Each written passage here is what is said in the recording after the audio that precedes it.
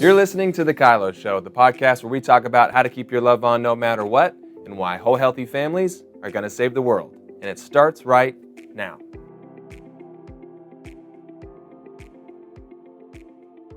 Hello, everybody. Welcome to The Kylo Show. It's good to be back. I know. Every week, here we are. Here we are. But we're doing something fun. And we've been doing something fun for a little while. We're doing our Q&A session. I know. It's kind of fun to just randomly jump all over the place, but at the same time, keep addressing relationships.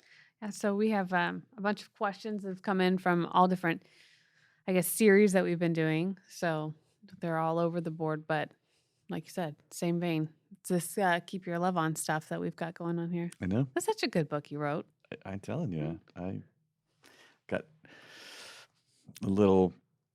I noticed that I was saying the same thing over and over and over and over and over and over for a decade. I thought I should just write this down and tell people before they get here. Yeah. Well, Yeah.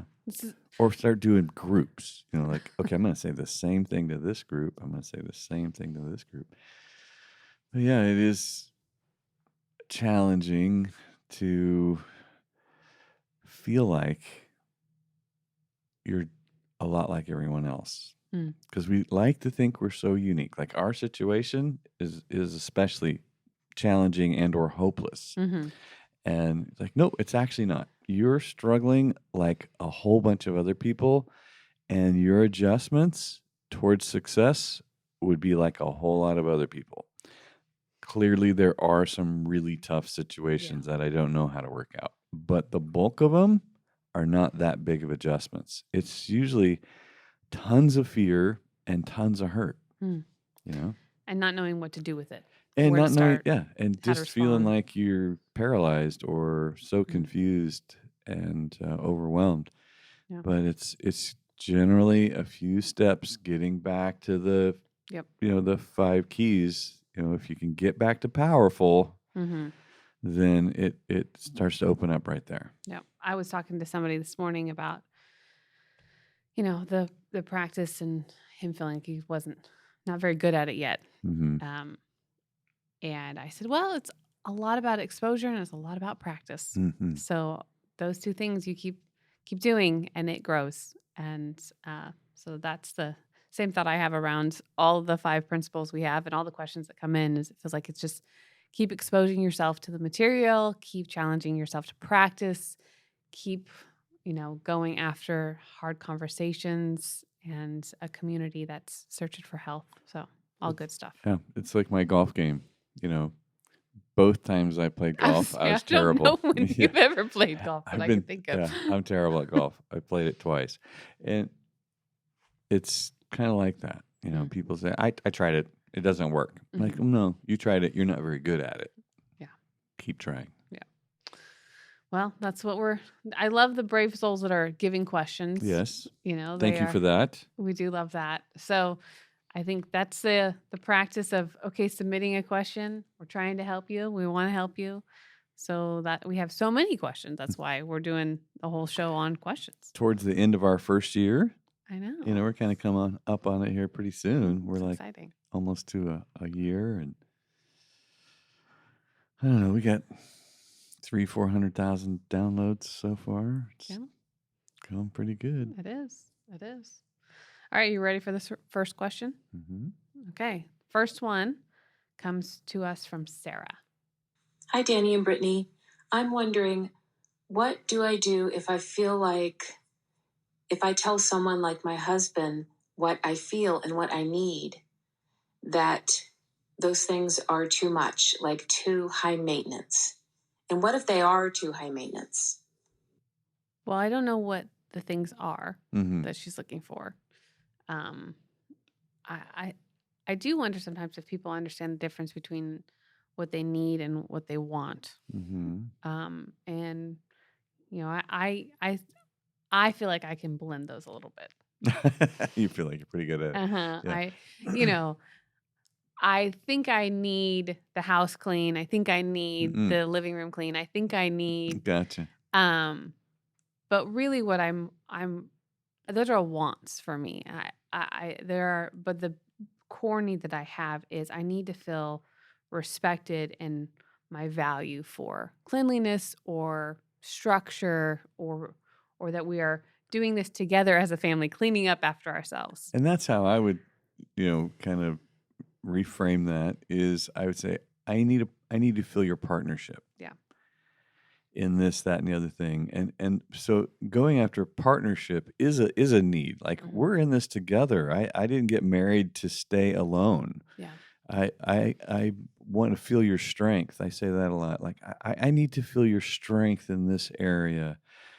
That's a common communication between supervisor and employee would be I don't feel your strength here.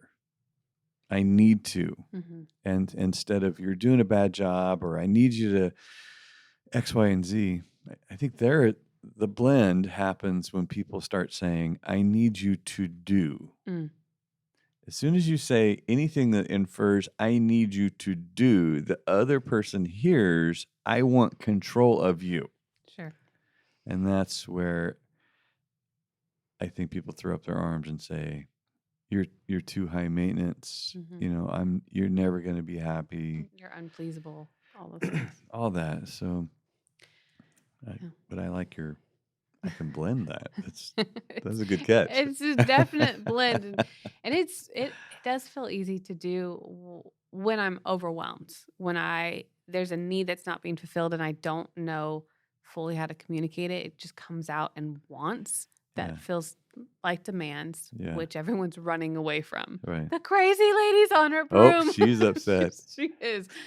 And so getting good at clarifying what your need really is and trying to understand it, which maybe it's a conversation with somebody that knows these principles before you get to your husband, so that it comes out as a need instead of what feels like a want or a demand, because that might be shutting him down from being able to hear it. And I think there is a maybe an internal conversation with the Lord, like Lord, am I needing something from you, and I'm not going to you? Yeah.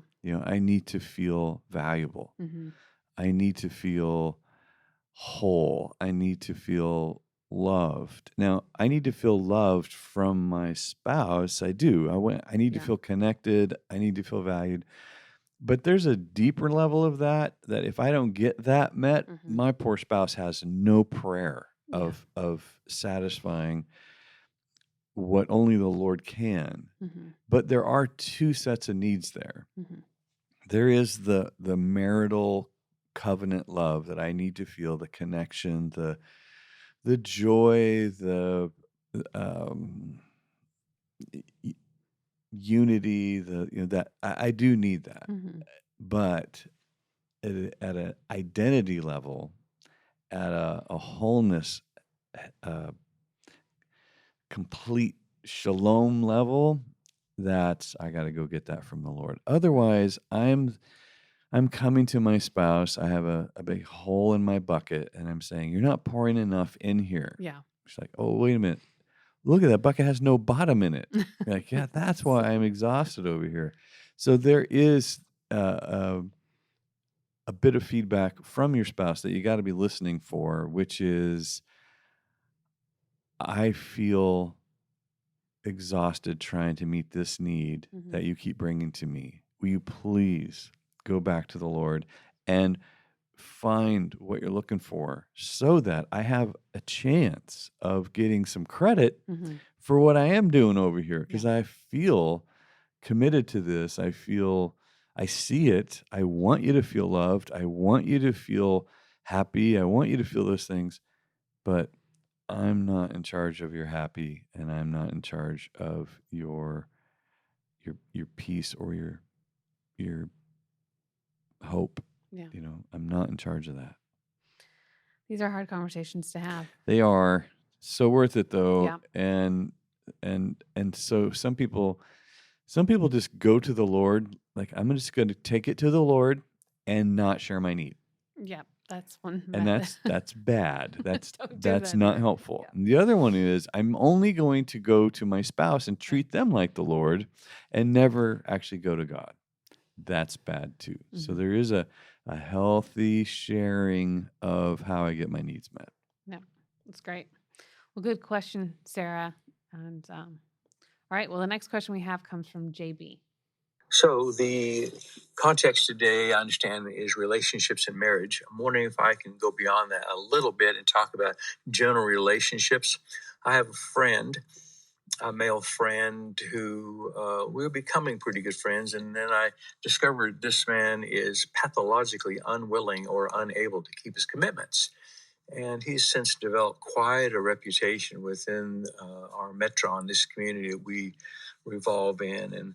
And so, as would be, he made a huge personal commitment and failed to fulfill it and just blew it off. Never said a word, never brought it up. And I was just bewildered and shocked. It took me a while to shake this thing off, and I just moved on. And I'm civil to the guy, but I just kind of moved away from him, and I know he senses some space, and I want to keep my love on, but at the same time, I really just don't want to pursue a relationship with this person. What's really ironic about this person teaches leadership in a classroom setting. It's amazing. So anyway, I would love to hear a response. Thanks. Ouch. Yeah, it's a bummer. Yeah. Probably start there. I mean, obviously he's convinced that the guy, when you call someone pathological, you've made a decision there, right? And I don't know if there's been more than one encounter that has led to that. I'm certain they've had more than once. I think so. But it's a giant owie for him. Yeah. He's like hurting over the disappointment and probably feeling betrayed and seriously let down. Mm-hmm. I don't know if he said ouch to this guy yet. Yeah. But if he has, and then there was still no adjustment, then that is where you start hitting boundaries. Like, all right, you get way less access to my time, energy, and resources because you have no respect for them. Yeah. It's like, all right, I get it. I got it. You do you. Mm-hmm. You do you. Way out there, you do you. Yeah. And it'll affect me way less because I'm not, I don't have this level of expectancy of your responsibility to be respectful of this. And if, George, whoever walking by my house, I don't have the same expectation of the people who live in my house. Yeah. And I mean, those are the practicing of relationships and boundaries. Is the closer you get to my vulnerability, the more I pump up the requirement of how you manage what's important to me. And so you can keep your love on by simply not becoming bitter, not gossiping, slandering, that sort of thing. But at the same time, go to the guy and say, ouch. Yeah. That was my first thought is there been a place that welcomes any kind of feedback, any kind of conversation that says, hey, what happened? I'm not sure you realize, but this experience is pretty painful. So if those have all been exhausted, then it sounds like he's doing the right steps in creating some kind of boundary. It is a bummer when it's a friendship, especially if you were excited about the possibility of this being a good friend and then you run into their culture that doesn't align with what you want to be around. So that's always a frustrating experience. But I do find it amazing how many people think that it's like one or none. Like you have to be around this person and deal with their inconsistencies, or I can't have anything to do with you and I withhold everything from my life. So it's like love on or off. There's no middle ground to this. And it does feel like a exchange. I'm watching some people we know that are they're not around us anymore. That doesn't mean I don't love them. Mhm. Doesn't mean I don't say hi when I see them at church. Doesn't mean I Mhm. don't give them a hug. Doesn't mean that I, wouldn't offer if they said I need help. Well, I can do this. You don't have all access to me, but this Mhm. is what I am willing to do. And there seems to be sometimes it gets confusing in our pain that gives us permission to gives us that permission to turn our love off. And Mhm. that's what you got to be careful of. Yeah, it's kind of like when you become a believer, the path to destruction is wide, but the path to salvation is narrow. The road, the gate, there's a gate, there's a Mhm. door. There's a door. His name is Jesus. You go through that door, even though it's a door and not a highway or but once you go in, boom, there's so much there. There's Mhm. so many options. Once you enter the kingdom, whoo, life is 1,000 times bigger than it was on your way to what looked like there's no door and no resistance to me. Keeping your love on is a decision. It's a door you go through. Once you go through it, whew, the decisions and the options about how this is going to work Mhm. is unlimited. Mhm. But if you turn it off, then you're pretty much trapped in the anxiety. Yeah. Every time that person's name is mentioned, every time you see them in the grocery store, every time somebody says a name that's the same name, trigger, trigger, trigger, trigger. So you're just constantly trapped in the anxiety of the broken relationship. Mhm. Whereas if you keep your love on, you can get rid of that trigger simply knowing that this person is in the right place to manage themselves in relationship to me. Yeah. I mean, it's not a real relationship I had, but when you're talking, you say their names. I remember being triggered by Dr. Look, Yes. Yes. which was, I was 5. You were 5. I broke my jaw. I had a doctor that, I was flipping out of control. I mean, I was a pretty strong little 5-year-old is really the reality. That's It's probably amazing how Yeah. how powerful you were as a I was 5-year-old. scared. So there was an exchange, and I think he told me to shut up. I think that's all. He did. Yeah. And we don't say shut up No, at we our don't. house. I was 5. Yeah, Again, guys, I yeah. was 5. He's breaking the rules.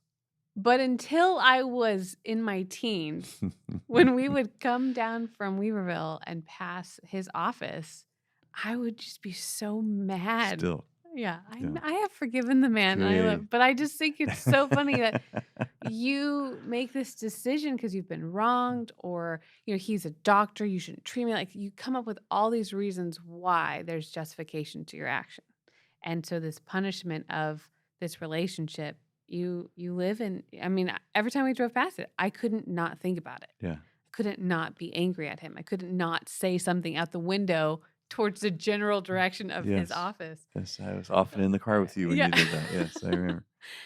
So it is, you are trapped in this anxiety, Yeah. and you are trapped in a place where you just don't ever gain freedom again. Yeah. And it's funny when that develops, and it just creates habits for a bunch of other relationships that you're willing to do it in. And we do this with people we never meet. We do this with people we have no real relationship with, like celebrities or politicians or somebody on social Some random media. person on social You're like, media. "Whoa, that person." You're like, wow, Yeah. stop. Yeah. Turn your love back on and put them in the right spot. Yeah. And pretty soon you'll have some compassion. They're way out there for a reason. They're way out there. Yeah. That stirs some compassion when you have your love on. Mm-hmm. You turn your love off, you're like, yeah, I hope Mm-hmm. I hope a truck falls on you. Wouldn't hurt my feelings. And then you'd feel stupid. Then you'd feel bad. You're like, oh, geez, I shouldn't have done that. We want to take a minute to say thank you to all our listeners. There's a lot of things you could be listening to, so we're honored that you're here with us. Thank you for listening to The Kylo Show and for doing your part for creating whole, healthy families around the world. That's why it's a good idea to keep your love on, folks. It is. All right. Please keep your love on. Yep. Next question comes from Paulina. Hey, Danny and Brittany. This is Paulina, and I've got a question about teaching perseverance, I guess, to she's 7-year-old daughter now. I'm homeschooling. We live cross culturally right now, so there's not a lot of community around, and I don't send her to school. But I've really been struggling the last few probably months with maybe just a lack of schedule and context in our life. We don't have a whole lot of structure since it's just us out here. And at the moment, I'm working with just trying to teach new skills, even in homeschool and in music. Like I'm a violin teacher, I'm teaching her violin. And it feels like she easily crumples, like just crumples over I'm trying to be gentle and teaching. And it just feels like over and over and over again, it's too hard for her. And there's tears. And if it was just once or, now and then there's a hard day, I get it. But it feels like it happens so much of the time. And I'm kind of wondering how you, how do you kind of teach strength without crushing their spirit? Okay, thanks. I can't wait to hear an answer. Take care. Reminds me of someone in our house. It does. I was going to say, you should answer this one. Oh, this is our sweet Addie. I mean, she's had a big conversation just recently, and she crumbles in the side of it's hard. She crumbles. And she rises. And she does. She crumbles and rises sometimes in the same 5 minutes. It's a little exhausting, but I think the biggest thing for me is not getting caught up in the emotion of the crumble. Sure. Which is really hard when she's 12 now. So she's able to articulate herself and how she's feeling and her experience. And it's hard to hear because it is, real for her. And it feels like truth and it's overwhelming. It's taking her down. And I just want to jump in and rescue her and rip all those things off of her, but I can't chase away her lies. No. And that's the habit I think a lot of parents get into is trying to convince the child that, I am the way, the truth, and the light, not the Lord is the way, the truth, and the light. And so they jump in and they start teaching and training them that they're their comforter. And I am a comforter, but I am not the comforter for Adeline. And so being able to have a dialogue. And then I don't know about your 7-year-old, but my 12-year-old gets a little bit disrespectful when she's not happy. And so it turns into, it's rude, it's short, it's whiny. And I have to be okay to say, I love you. I want to have this conversation, but I don't want to have it like this. I'm happy to help you, but I need you to be respectful. And we've had to practice that for years with her. Years and years. And just recently she was around somebody that was no fun. And she was talking about how they consume and all these different things and they come in like a storm and they're not fun and they're overly emotional all the time and everything. And I started giggling and I said, I think that would be you if we hadn't made some adjustments when you were younger. She's like, what? And then Delaney starts laughing. I said, because your sister was terrified of you being upset because you went crazy. And it wasn't always disrespectful. It was just everyone had to feel whatever she was feeling. And when she was really little. Yeah. I mean, those were the toddler years. That was the training ground for her. She was like, who's going to rule this house? And so it was just it was funny to look at and talk through, but so much of this is not getting trapped in the emotion for me, and not jumping in to rescue something. And not feeling powerless. Sure. I think that is what is the hole for the parent is you just feel so powerless. The kid's out of control. here we go again. Mhm. This is never going to change. And those are real struggles. That's a real challenge. That's real frustration that child has. Mhm. That's real hopelessness in their eyes. Yep. And you want to change it. You Totally. want to, You want to be the super mom. yeah, you want to be super mom, but you turn into Jafar, and you're like, "Rah!" to you, It's and never a good look for anybody. no, it's rough. And so you really do need to remember what you do control and what you don't. And what you don't control is their quality of life. Mhm. You don't control what they believe is true. You don't control what they do with their anxiety. Yeah. So it's coach time. Yeah. It's come alongside. It's act very much like the Holy Spirit and direct them to the Holy Spirit. Like, oh my gosh, what are you going to do? Oh, you look so frustrated. I love you so much. Do you need some time Mhm. or do you want to talk? Yeah. And you keep coming back to, I can't talk to this child when they're just in a Yes. spin. Like, you look like you need time. Do you need time? And the hard part is when they say, "No, I just need you to listen." Like, okay, Okay. well, I would love to listen if you're going to be respectful. Right. And that's, I think it feels harsh, but it is teaching them to have respectful conversations. And self-control. Yes. They have to learn self-control. They will never learn it if you're trying to control them. Very true. There's no self left. You're just No. like, do this, do that, stop it, stay, sit, go stand, run, come, sit. All of those. Yeah. So, I mean, Adeline was having a hard time the other day with schoolwork, all the fears, all the hopelessness, all the things that feel crushing, and she's melting away. And I'm leaving. Ben's there to help. We're doing this together because we're a good team. And I leaned over and she's crying, and I kissed her cheek, and I said, these are the things I see in you. I said, and you have to see them for yourself. I said, but I don't know that we're going to make much progress right now.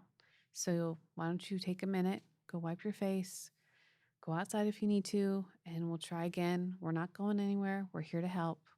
But there is this, you have to go find it. I mean, she's not 7, she's 12, but we've been doing this same thing for a very 12 long years. time. We have. It looked different. Some of the language was slightly Solid adjusted. 10 and a half years. Yeah, solid. Solid. We have video footage of Addie and her emotional self. So, but it's just the practice of not, I mean, it's like the little, I mean, it's a horrible Looney Tune name, but the Tasmanian devil, like it just, when he comes to town, he's damaging things. Yeah. And that's what starts to happen is you see this thing start to go and you're like, oh my gosh, it's going to destroy everything that's peaceful right now. And so there's The a Hulk. panic. Yes. And if you play into that panic, then you're losing. And so that's, staying powerful is the key, and not getting trapped in that I have to convince you of something. I'm trying to display what being a powerful person looks like. And what are you going to do, honey? And identifying when the child begins to lose their self-control is a great time for you to remember to keep your self-control. Yes. Because you're really trying to show your child what a well put together adult looks like. Here's the leadership. The leadership is in practicing self-control. The leadership is not fix this problem. Right.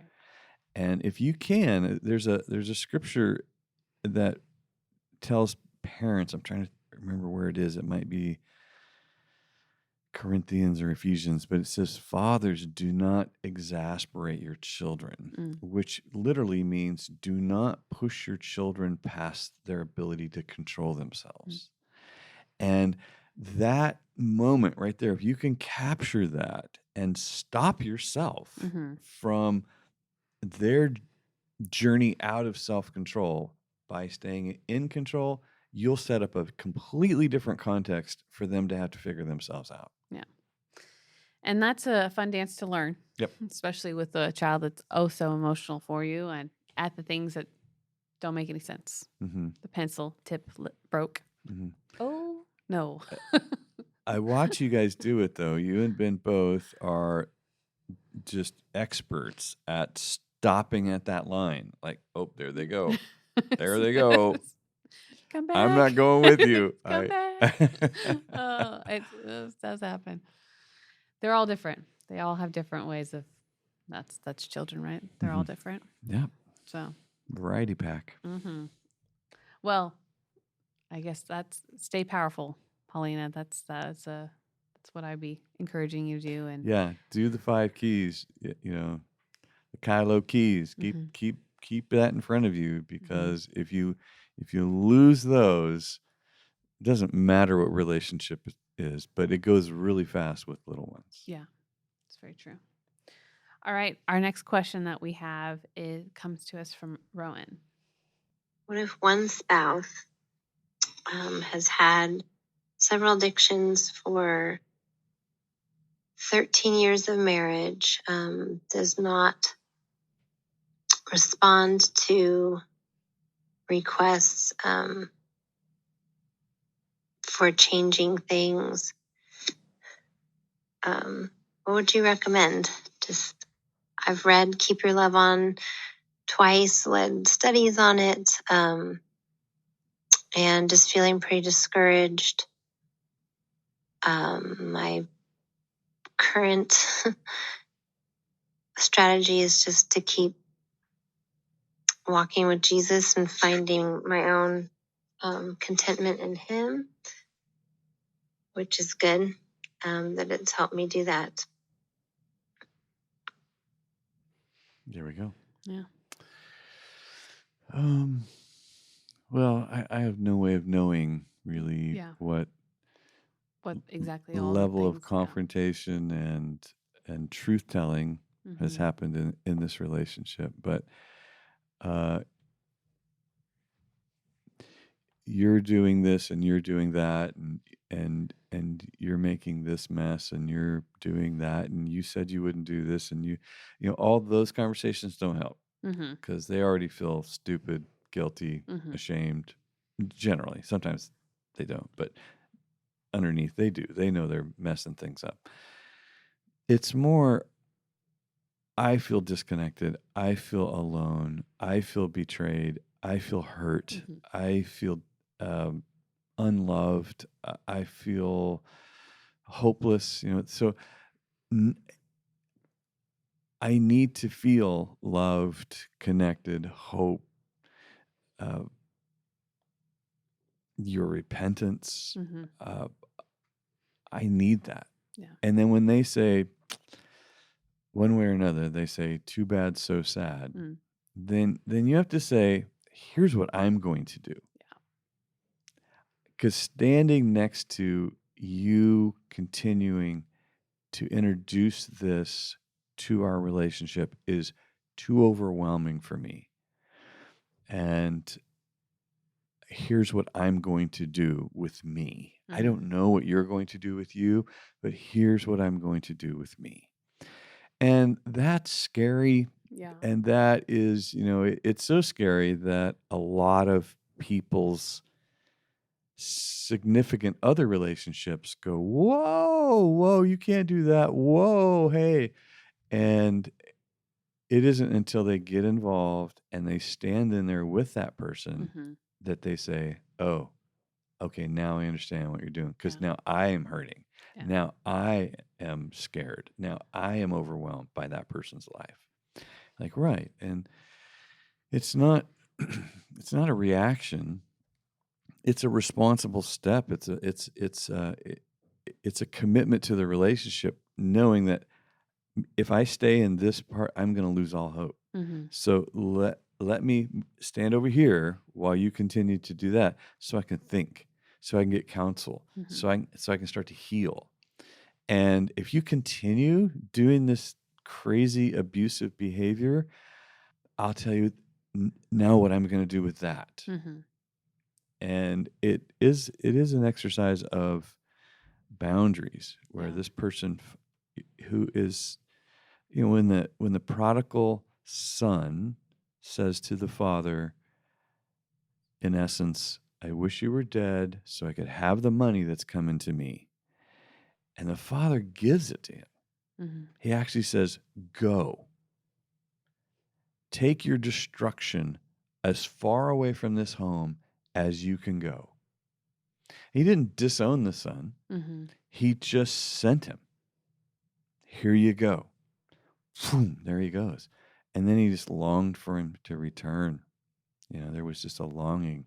But that act, if he wouldn't have given the son the inheritance, the son would have stayed there Mm-hmm. in that destructive pattern and continued to just undermine everything that the father was building, everything the father was leading. And the father had the wisdom and the security to say, here you go. You may destroy yourself with what I'm about to do, but here. Mm-hmm. And he's set a boundary. And I think people are so afraid of that they blame the other person for not doing it. Mm-hmm. I can't just give you the money. You'd go off and kill yourself. Yeah. That's exactly what could have happened. Mm-hmm. And the father knew that. And he said, here. And so managing yourself to that level, to have that much respect, if you will, for another person's freedom and responsibility, that's big steps. Yeah. I think the concept of telling yourself what you're going to do Mm-hmm. in those situations Mm-hmm. is really difficult. It's really crucial. It's really crucial, especially if you're going to really create change and live in an environment that you want to be living in, Mm-hmm. rather than living in an environment that is happening to you over and over again. Mm-hmm. But, in a marriage, maybe with kids involved, I don't know what's going on, but there's all those pieces together that make that step of taking responsibility for myself and what am I going to do. And so I know that I've walked with quite a handful of people. I know that you have too, in different situations of things. And part of success, I think, looks like inviting community in that's healthy, Mm-hmm. to have a dialogue, to help with, what are you looking for? What do you need? To ask good questions to yourself. And then those helpers, knowing that it's not your job to go in and kick a door down. It's your job to stand behind them and say, what do you want to do? Mm-hmm. And that difference. But part of this process is all boundaries. Man, everyone loves talking about boundaries, but no one really likes to do the boundaries. They're scary. Oh. They are scary. They are so helpful. Yeah. And they are so liberating. And they add so much quality to your life, which really that's what boundaries are for. They're to protect the quality of your life, your peace, your joy, your hope, your love. All that is protected with the effective use of healthy boundaries. Mm-hmm. So when you're losing all that stuff, Yeah. it's a boundary problem. We also want to thank all of you who've donated to Loving on Purpose. We're a 501c3 nonprofit organization, and the free resources we produce, like the Kylo Show, come from the support of listeners and donors like you. Thank you for doing your part to create whole, healthy families around the world. All right. Well, I think we've got to take a testimony at this point. Okay. Because we're running out of time. All right. Let's hear But it. those were great questions. So our testimony today comes to us from someone named Holly. I have read and reread Keep Your Love On. And 3 years ago, the people I was in community with, they, and still are, they didn't use the lingo, but they demonstrated keep your love on principles, having boundaries, being a powerful person. And I didn't have a grid for any of this stuff. I never heard of it. Even with all my background in social work, a master's degree and a bachelor's degree, it's all puffed up, prideful knowledge. It's humanism it's doesn't work, because what Danny Silk teaches and Keep Your Love On is very practical, and it's godly wisdom, and it's so challenging to apply. It's not something that I can just read, memorize, and regurgitate like they teach you in school in North American culture. I really have to go to work, and I have to put the work in, and I have to really practice with people, and it gets messy, and it's not easy. It's worth it, though. So my life has been impacted on a number of levels. I'll be walking this out the rest of my life, the Keep Your Love On principles. When I get married, when I have children, just to be powerful, that part right there, that one is a game changer for me. On a good day, I can manage myself. Learning how to do that on a day-to-day basis, along with, guarding my heart and being a powerful daughter of God, that's so impactful. So, yeah, it's overwhelming to try and specifically say, how Kylo has really impacted my life. I'm still walking it out. As I recently am learning that I need to go back, and I've read the book, I'm reading it again, and my church just went through a thing with it where we went and did a study, and so I'm walking it out with people in the church and everything, and that's been the key for me, and just even talking to my spiritual parents when I get stuck and don't know how to do something, because I need the repetition, and I think that's key. You can't just do Kylo. You can't do it. You need to have a culture, a church culture that basically lives out the culture of honor that Danny wrote the book on, and that understands that and lives and breathes that, and doesn't operate from a punishment paradigm as well, which is in the book Unpunishable, and really has the heart of the Father. So Kylo is a game changer. It's godly wisdom, and I'll be walking this stuff out the rest of my life. Even not having a grid for it and just experiencing it, and then reading the book and understanding, this is what happened when these people are doing it. It really messed me up in a good way. So I'm grateful for spiritual parents. I'm grateful for the influence of Kylo, and now I'm going to read the book Loving Our Kids on Purpose, because I need to learn on that end what I didn't get, so that I can talk it out with Papa, and he can help me. But yeah, I'm just grateful for Danny and Brittany, and the Kylo Show and the books that Danny's written, because what you guys carry is just the Father's heart, and there's truth. And I've got to do the work. I've got to be powerful and do the work, and I can't be lazy. But if I do the work, I'll reap the benefits. So yeah. Thank you for your time. My name is Holly Holden. Holly, She's selling for you. We could put her on a commercial, sounds infomercial. like a loving on purpose librarian. Yes. She's got all the things, knows what you need. Yeah. I think I may have talked to Holly through my Instagram account a little bit, and then I chatted with her about something else on the phone. So her voice sounds familiar, and I remember a little bit of what she's sharing is similar to what she was telling me. Yeah. If it's the same gal, I think it is. But she was just so excited on the phone about, changing her life. Yeah. And having an interest and a value of helping people, but then doing it in a way that just lined up with the kingdom. And so she was excited, just as excited on the phone when I was talking to her. Yeah. And she's very sweet in the exchanges I've talked with her on social media. But yeah, I think I would want Holly on my team. Yeah, well, I think she's on our team. I think whatever game we're playing, I want Holly on my team. Okay. Yeah, she's amazing. She's got an MSW, and she's talking about not knowing, hearing, experiencing this, and it shouldn't be a mystery to people, especially in the people helping field. Mm-hmm. But same with ministry, with the people that are in ministry should have all these skills. People helping people. You should have all the. Ben's going to be doing a course pretty soon about there that. You go. Get on there. Get on that Facebook page and the Loving on Purpose Life Academy Facebook page, and Ben's going to be leading people through people helping people. That's true. Go do it. And it's It's a great course, but it is the exposure of if you're helping people at all, please do us a favor and Mhm. read Keep Your Love On. Yes. Please do that. Get on the Life Academy Do and that go too. through those courses with all your friends. Become a facilitator.